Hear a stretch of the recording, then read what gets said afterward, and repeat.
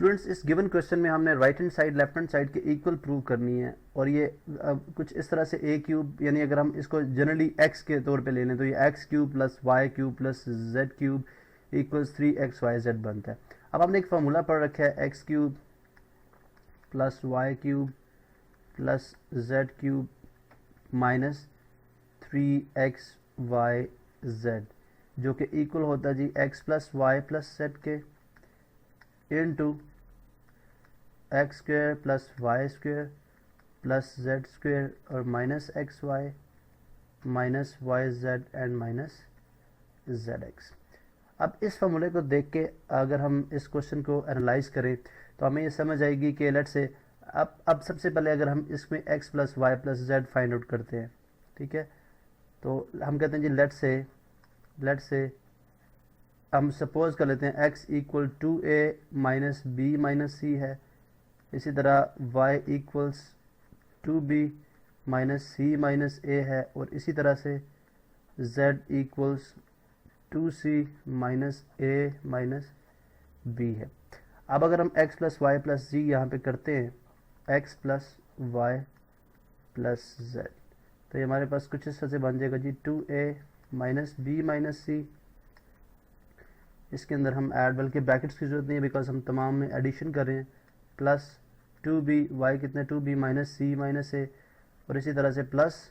2c minus a minus b। तो यहाँ से अगर आप इसको सॉल्व करें तो 2a minus a is 1a and 1a minus a, ये कैंसिल आउट हो जाएगा तमाम, ठीक है, a कैंसिल, इस तरह 2b minus b is b and b minus b is again ये भी कैंसिल आउट हो जाएगा और इस तरह 2c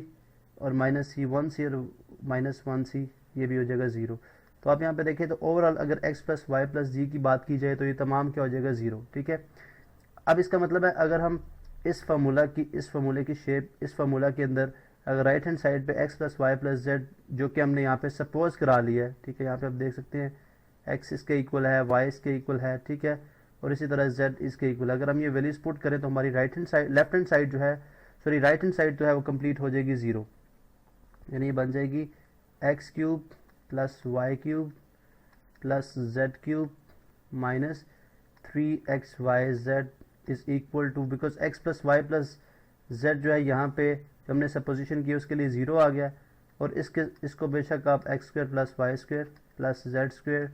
minus x y minus y z जो कि remaining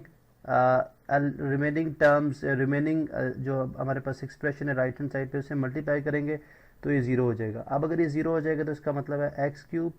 plus y cube plus z cube किसके इक्वल आ जाएगा, ये माइनस 3xyz इधर आके क्या हो जाएगा plus 3xyz।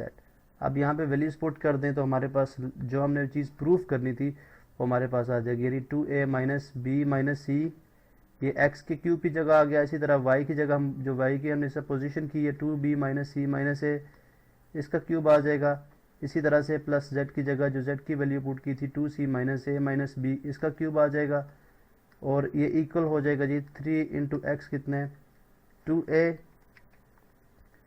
Minus b minus सी, इसी तरह 2b minus c minus a और इसी तरह से